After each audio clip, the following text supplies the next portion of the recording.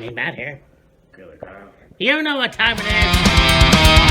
Me, Matt's right through the night. Killing Daniel's got the size. Wheels of fury on the ground. Engine roaring in the sound. Feel the power, let it rise. With the battle in our eyes. Wheels of fury rolling strong. Together we will carry on. Riding through the night on wheels of fury. Chasing dreams that spin and in this hurry. Underneath the light. Hey, Matt here. This is Kyle, and welcome to another episode of Wheels of Fury. Yesterday, we talked about All Out Toronto. Yes, sir. Today, WWE presents WrestlePalooza. WrestlePalooza. Foul! WrestleFest is something totally different. Yeah, it's the Summerfest. Yeah. WrestlePalooza is gonna be awesome. Yeah. It's obviously an ECW revival, I guess, Yeah. in a way, but the matches seem pretty cool. From what I've heard from the YouTube commentators I follow, Raw wasn't a very good go-home show, but Yeah. I don't know, I have to watch it for myself. What did you think? Well, I honestly don't like when we're hanging out on Fridays. We're doing a lot of things, and we don't watch SmackDown, and I really don't watch Raw. Oh, okay. And so I usually just catch ups and downs of it the next day. And basically, according to Simon Miller, SmackDown from last week and this past Monday Night's Raw, it was like, for SmackDown, he said there's like 2 matches that were worth watching. The rest of the show was basically shit. Mm-hmm. Raw was basically, he said that you're better off just like looking at the highlights of the show. Rough. And see, this is what I've said before.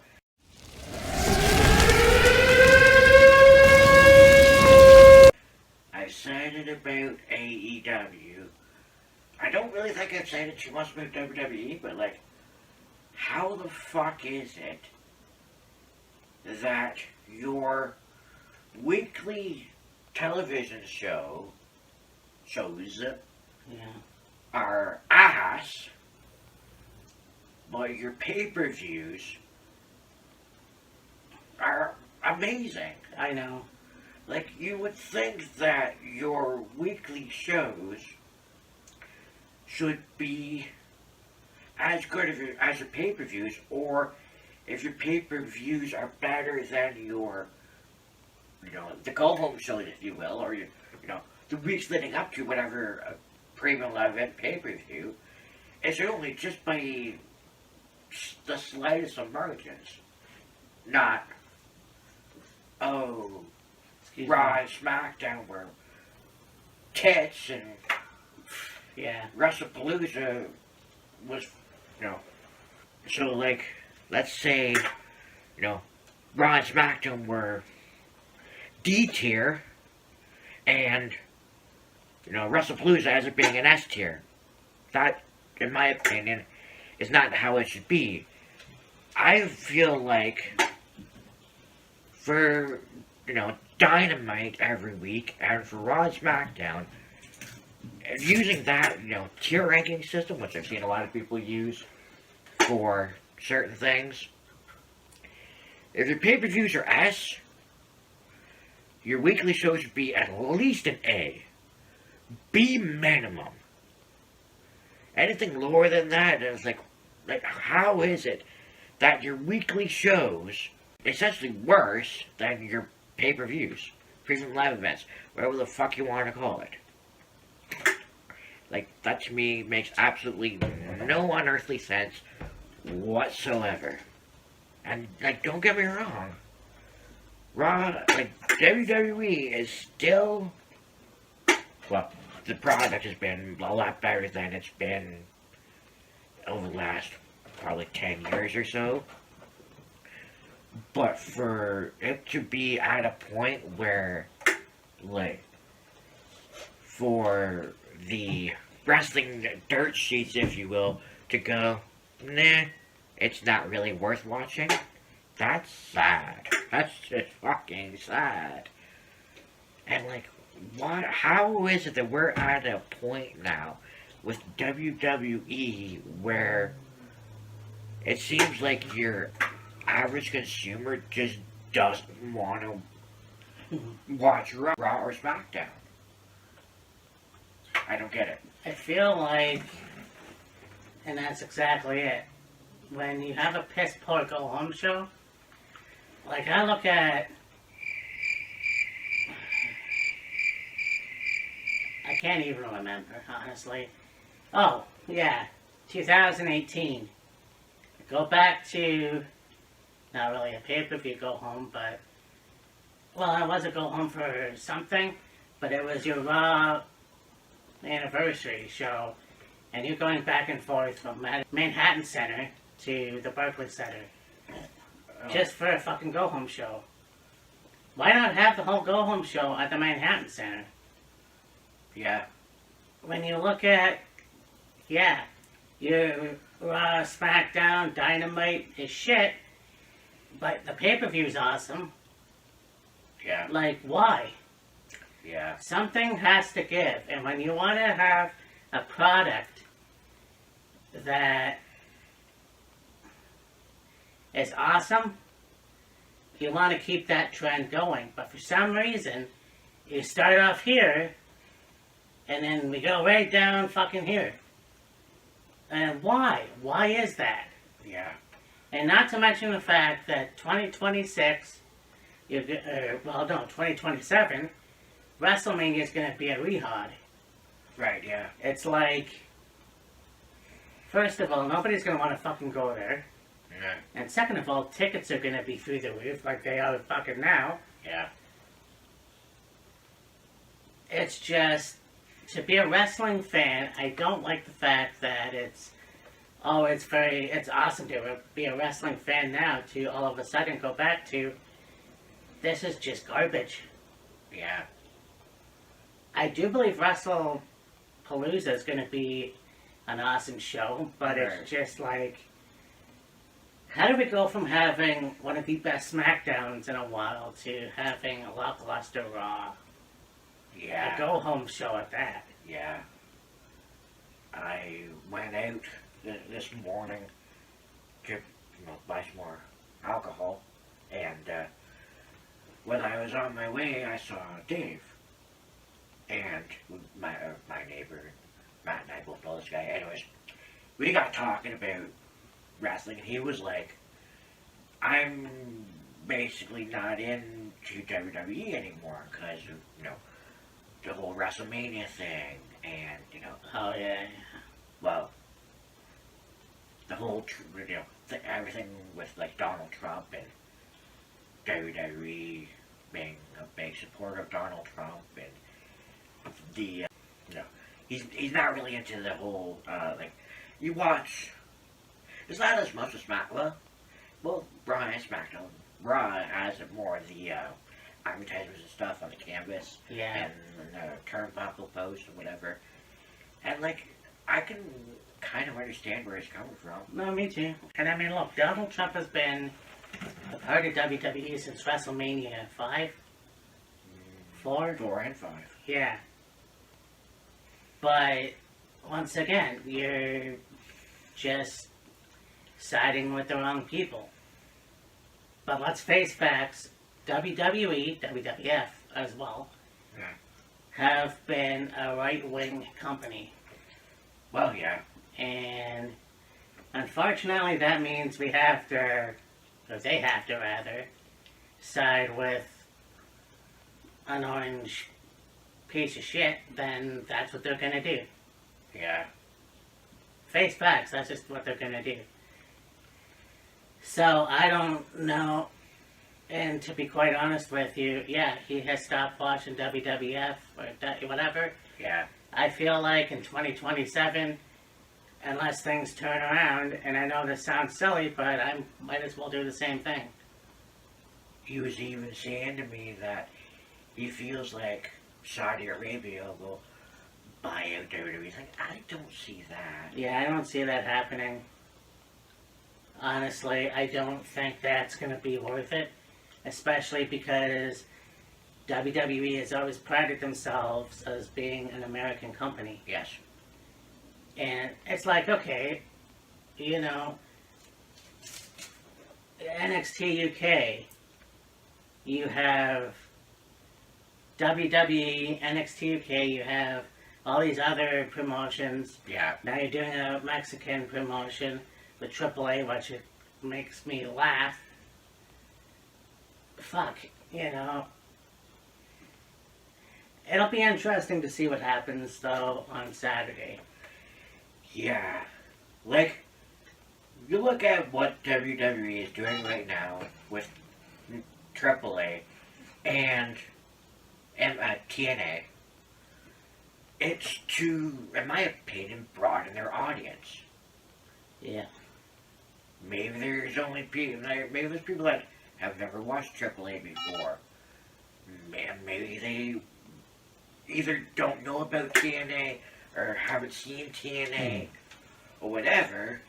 And so this business partnership with TNA and, AAA as well, I think it's going to greatly benefit both TNA and AAA. There's a lot of TNA, AAA, holy hey. Yeah. What do you say? The Homecoming. That should be a good show. Oh, I still have to watch that. And they were at Full Sail University. And they haven't been at Full Sail since COVID. And so, a return to Full Sail. And, that's where NXT spent a lot of years as like their home base, if you will. And the show was pretty good. Like, it wasn't terrible, it wasn't great, it was good. You had a lot of appearance from, some NXT OGs, if you will. Like, you had a match, I'm pretty sure I talked about this last week, I think. You had a match with DIY taking on Trick Williams and Carmella Hayes. You had the three-way women's match with Fatal Influence, and it was gonna be Stephanie Vaquer, Rhea Ripley, and Tiffany Stratton, but Tiffany, I think, wasn't medically cleared or something like that, I read. So she was replaced by Lara. And then there was some backstage stuff. You had Keep going, that's fine. They had Sami Zayn. You had Damian Priest. They're still doing the feud with Lexis King and Miles Bourne. You had Finn Balor. You had Bianca Belair, she was just in the crowd. You had Montez Ford talk with Dark State. One thing that was interesting to me, shocking to say, they even had Shayna Baszler. It was like, oh, alright, that's cool. And yeah, like I said, overall, the show was pretty good. You had, Triple H come out and he's talking about, NXT, how the fans made NXT what it is, and, made it this huge thing, and, thanking the fans and whatnot. Then you had Triple H, or Shawn Michaels come out, and, he's like, what would happen if I said I wanted to come back? Like, because Triple H was running the ship, if you will, in NXT, and Shawn Michaels like, well, then we'd have a big problem. Then they got interrupted by William Regal, because William Regal was the general manager of NXT at the time Triple H was in charge, and he's like, I know how to settle this, War Games! Like, it was all just like a fun and jokes thing. Then you had Charlotte Flair and Alexa Bliss come out. They had a tag match against Tatum Paxley and Izzy Dame. And, yeah. So, not a bad show.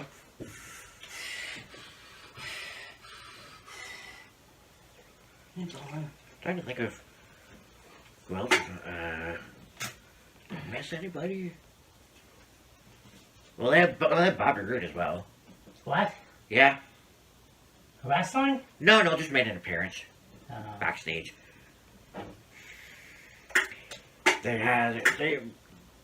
They've got this thing going on with Charlie Dempsey and Ren Sinclair, and they're like trying to rebuild No Quarter Catch Crew or whatever, and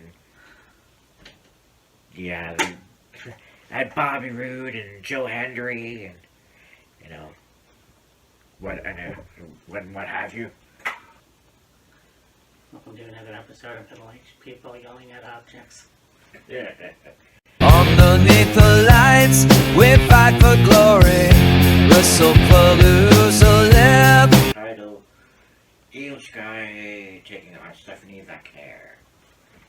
Yeah, this is kind of like a friendly competition, rather. Yeah, I mean, both these women are amazing wrestlers. I mean, Stephanie Vaquer has done it all in Japan, Mexico. Had one hell of a match with Mercedes Moné, Yeah. aka Sasha Banks. So, you look at the genius of the sky. Io Shirai has also done a lot of great work in Japan. So I feel like this can go either way, really. Yeah. Io's been a good champion. Is it Stephanie's time? Yeah. I mean, possibly. Yeah. Like, they did have Stephanie as the NXT Women's Champion and the NXT Women's North American Champion. And I mean, she's been Yeah. on the main roster for a minute. So, I mean, I could see a potential of them putting the title on her. Yeah. I mean, it would be awesome. And who knows how long she'll hold the title for. On the other hand, I also could see them putting the title on Io. Yeah, I mean, I think they're teasing her being in a team with Asuka and Kairi. Well, I don't know. Lately, it seems like there's been a falling out between Asuka and Io, and Kairi's just been caught in the middle of it. So, No, that's true as well. we'll see what happens. Dust, it's when we feel the rush. The Usos taking on the Braun Brawns. Bronson Reed, Braun Breaker. Yeah. Yeah, there's been a lot of talk about Jimmy sort of acting like the tribal chief. Like, yeah, him and Jimmy are kind of at odds. I have no idea what's going to happen with that. I feel like since Paul Heyman has gotten injured, Bronson and Bronson have done really good in the ring, especially they are doing a lot more talking, which, it is what it is, it's fine. Yeah. I don't see the Usos breaking up, No. so, Yeah, honestly, fucking let's see the Usos win. I mean, Bronson and Bronson have got one over a lot lately. Yeah. And yeah, especially what happened at Clash in Paris. Yeah. So yeah, I think Usos are gonna get this one. More than likely, yeah. So next we're going to this match. This match, I feel like, this match is going to be a very, very... Justice when we feel the rush. We got Becky Lynch and Seth Rollins taking on CM Punk and a recently returned AJ Lee. Yeah. Anyways, yeah, I think that, again, I heard a lot of negative talk about the in-ring promo they cut on Monday. I don't know. I think it should be a good match. Yeah. AJ coming back was a good idea, and it was only a matter of time. Yeah, like when Punk came back, it was only a matter of time before they had AJ come back. So, I think that Punk and AJ are going to win, Yeah. and we'll see what happens.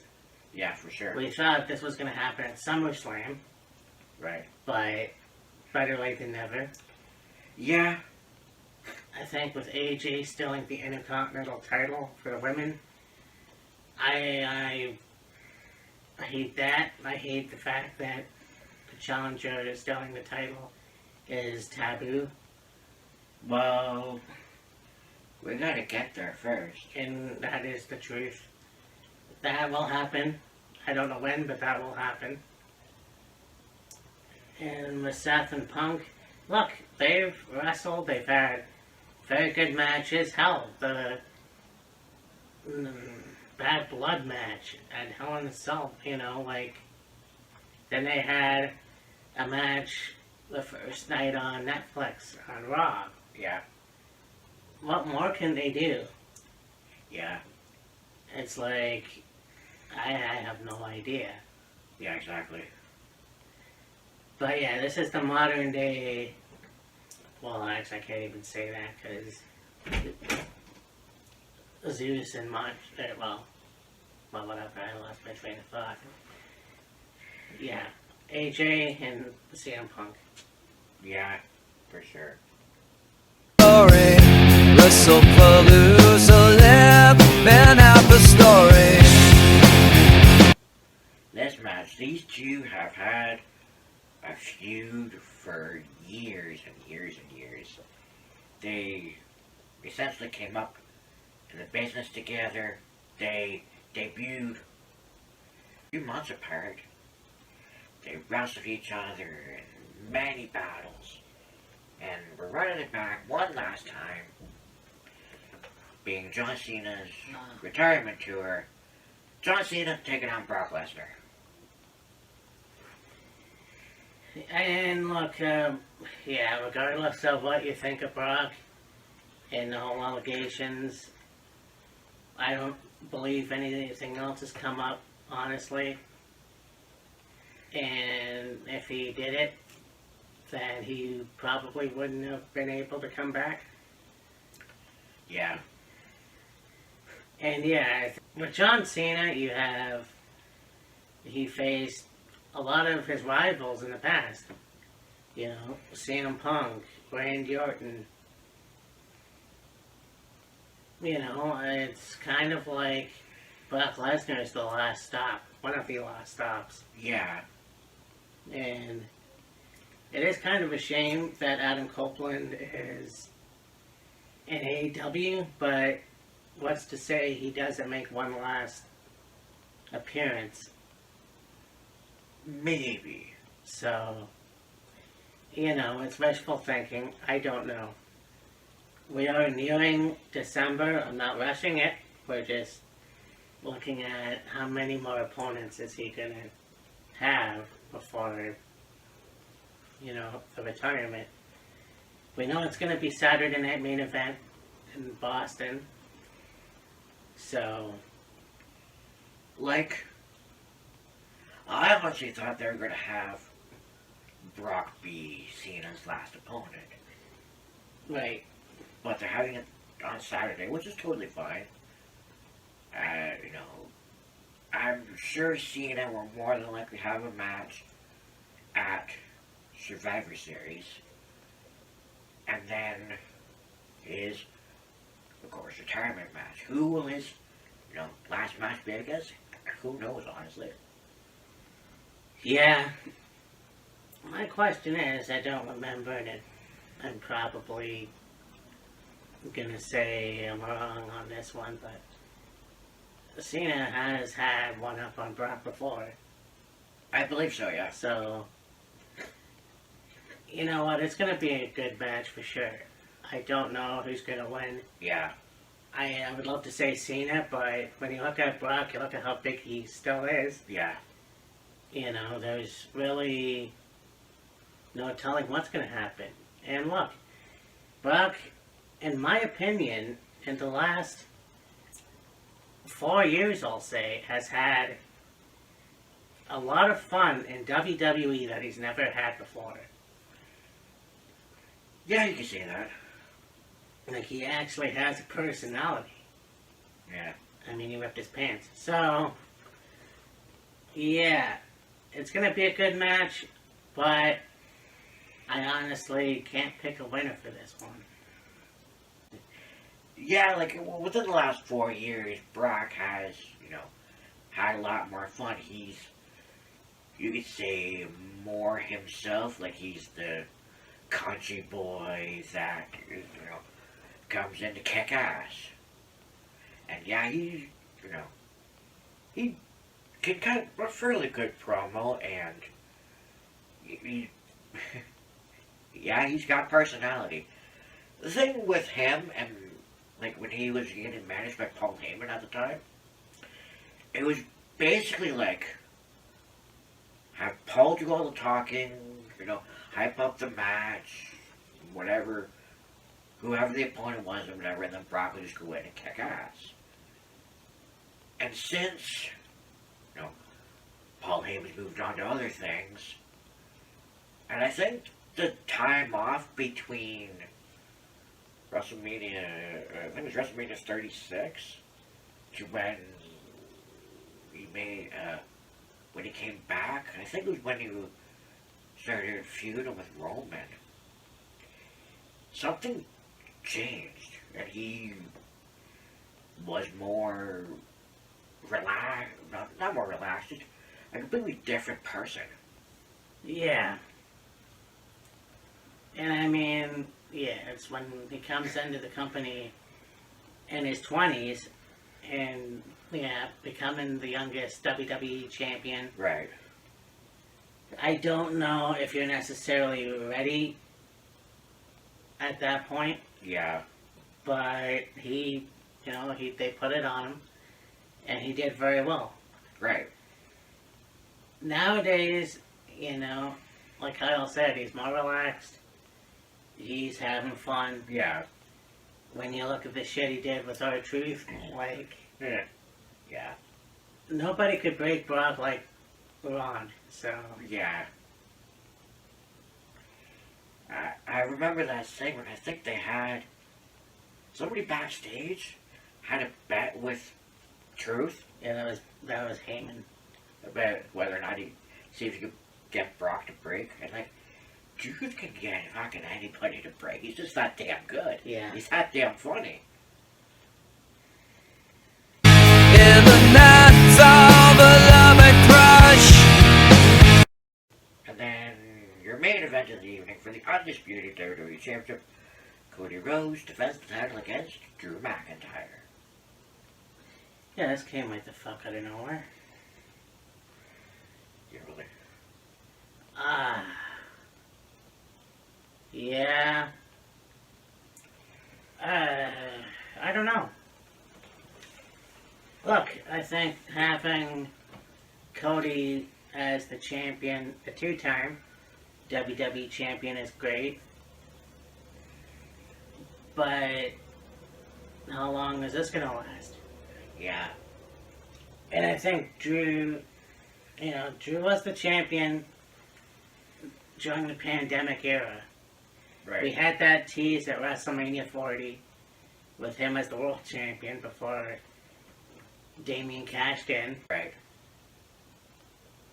I think it would be pretty damn cool if Drew won the title for realsies in front of the fans. Yeah. He's a heel, I get it. And I know that Cody needs redemption, but how long are we planning on keeping the title on Cody? And who are we planning to put it on afterwards? Yeah, true. I'm honestly going to pick Drew. I'm gonna take Cody. Because it's just one of those things where I feel like Drew can go places with that title.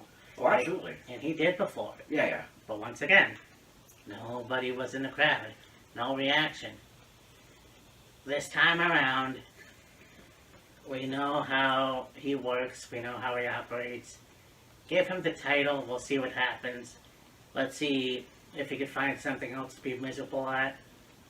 I don't know. But with Cody, I was really hoping that he would have went for the world title. Yeah. But as of right now, we'll see. Yeah. But yeah. This is going to be a good show. Yes. And where is it at again? Indianapolis. So, I mean, yeah. And again, with it coming back, who knows what'll happen next year. Yeah. But it's just going to be an interesting show. Yeah. And despite what we said earlier in this video, Right. I think WWE is still trying to do good. Yeah. I mean, it's just one of those things where it's like, WrestleMania, okay, we're going to have it in New Orleans. Oh, wait a minute. Actually, we're going to have it in Las Vegas again. Yeah. I was pissed off about it, but then you told me something that I found interesting.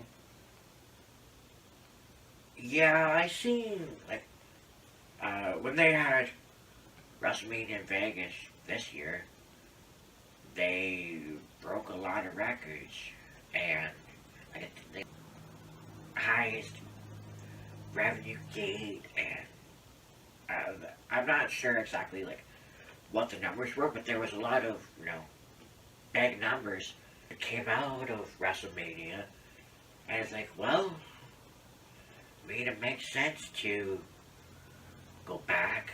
You've got, you know, a high, you know, you broke so many records, and probably attendance, and, you know, gate, the highest gate, and, you know, whatever else, merch sales, I would imagine, and whatever else, you know, why not go back? Yeah. And the whole thing with WWE having WrestleMania in Saudi Arabia, new audience to WrestleMania. Well, I mean, it's all fucked up. In my opinion, I feel like if they would have stuck with the plan, because there was a rumor they were going to be at Wembley, Right. that would have been awesome. Yeah. Then the next year, follow that up in Toronto. Right. But once again, as they say, the card's always subject to change. Yeah. So, I mean, we'll see what happens in the next 2 years. I also feel like Vegas, I mean, okay, they decided to go back to Vegas, you know, see if maybe they can, I don't know, maybe they'll do next year what they did this year, who knows. As far as, like, okay, yeah, WrestleMania was, you know, going to be in London, at Wembley. But not, like, it wasn't exactly, you know, finalized, you could say. Yeah. That was just rumored, you could say. I really feel like with Vegas and maybe even Saudi Arabia, I've heard this talked about before. Places around the world, United States, and so on and so forth, will put in a bid to have WrestleMania in their state or in their country. Yeah. So, and whoever has the highest bid, if you will, WrestleMania will go there. So, Vegas being a very big city, it's one of the biggest fight capitals of the world, if you will. Yeah. They put in, I don't know, said, oh, we'll bid $4 million, let's say, at a guess. Hypothetically. They're like, okay, well, come here. Saudi Arabia could be like, oh, we'll give you $10 million. Again, just throwing it out there for the sake of what I'm saying. So whoever, like, I'm sure, like, a lot of people will, they'll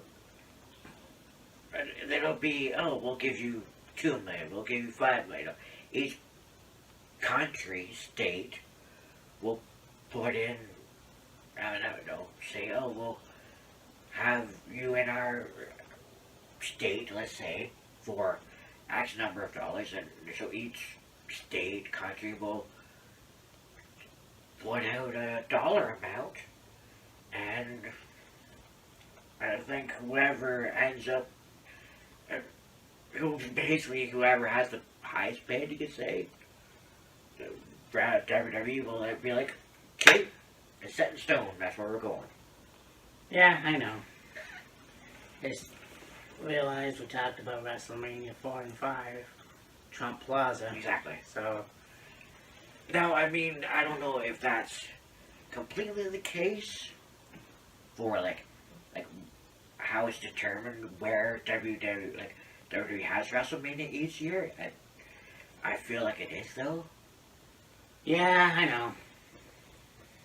I'm not saying it's going to be a shit show. Right. I just feel like, well, then you look at the ticket prices, we've already been there. Yeah.